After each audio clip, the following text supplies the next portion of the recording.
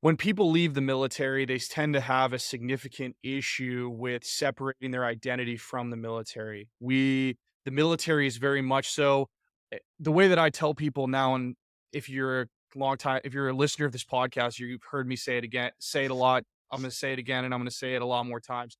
The military is a lifestyle, but we feel like it's a job while we're in it. And when we leave and we go to our first job, we assume that that job is going to be it's going to fill all of those like things that the military lifestyle filled, and that's just not the case.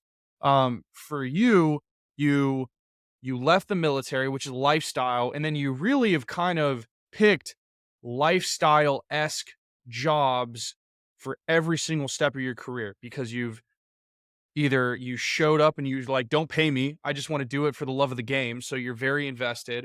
Then you go into sports and it's your company, so it's 'cause for as a founder, it's your life. It's not a job, it's your life. And then you've continued to do that.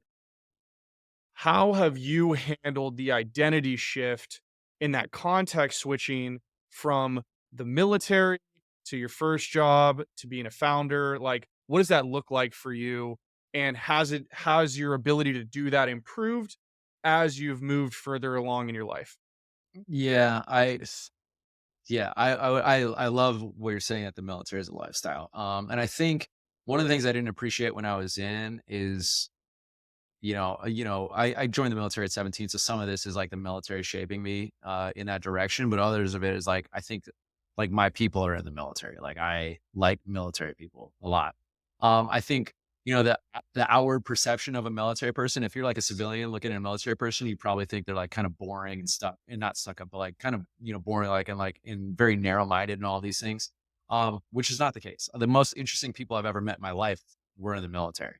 That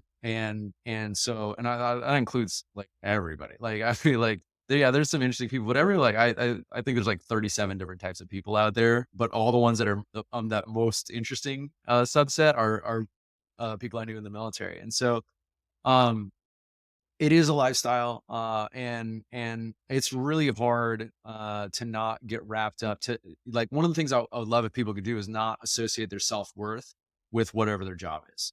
So like because that can be a killer, right? So like let's say you are in the military and you wrap up your entire personality, your whole self in the military, and then you go bust a check ride, right?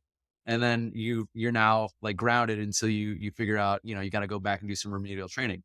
That feels like that feels like someone is saying you as a person are not worth it, which is not the case. It's just like, hey, you just, messed this up and you got to go back and do some training. If you are wrapping your entire self-worth into your job or into, whatever organization you're in, you're going to have a bad time. And to that South Park meme, like you're going to have a bad time. And so like, that's the thing. It's really hard. It's something I still struggle with because like, you're starting a company and that company is you. Like, like, and it's also hard because, like, you have this idea in your head that you cannot quite communicate to other people that actually know how to I'm not a software designer. So when I'm like, it doesn't look like how I want, like, I have this idea in my head, but I don't have the skills to translate it to you. I need to become okay with that because the company isn't you. I was trying to raise money for really, that AI company, and I had an investor say, he's like, "Hey, what you should go do is just like raise $1 million from like friends and family."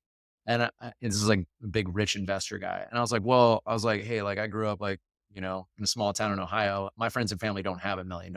And he goes, "Well, then get different friends and family." And I took that like the biggest FU I could have ever gotten. Like, you're the wrong person for this. What he really meant was like, go do those things we talked about before, like go network, go expand your network, find people that are interested in this, like do all of that, and maybe they'll write you some checks if they trust you and they know you. But like my entire persona was wrapped up in this company I was trying to build. And when someone was said that to me, I just wanted to punch him in the face. And I'm like, how dare you, But in reality, and that's the resilience and all that other stuff. But like I had let the, my you know my ego get too wrapped up in the job that I was doing. And you need to be able to wash that off. Again, same thing with the military. You need to say like, this is my job and I do care about it because it's important to care about what you do and it's important to feel like you're making a difference. But that you're gonna get setbacks in anything. And so if your personality is completely inextricably like intertwined with what you're doing, like you're just gonna run into so many problems. And so yeah, I would say, yeah, pursue these other things, really have some passions about stuff, but also keep in mind that you're more than that. Like you are a person, you're probably loved by your family, you're tolerated by your dog in my case, she because I feed her. There's a lot of other stuff to what you're doing. So yeah, go pursue all your passions, pursue them like as much as you can, but like also don't don't tie your self-worth to what your job is.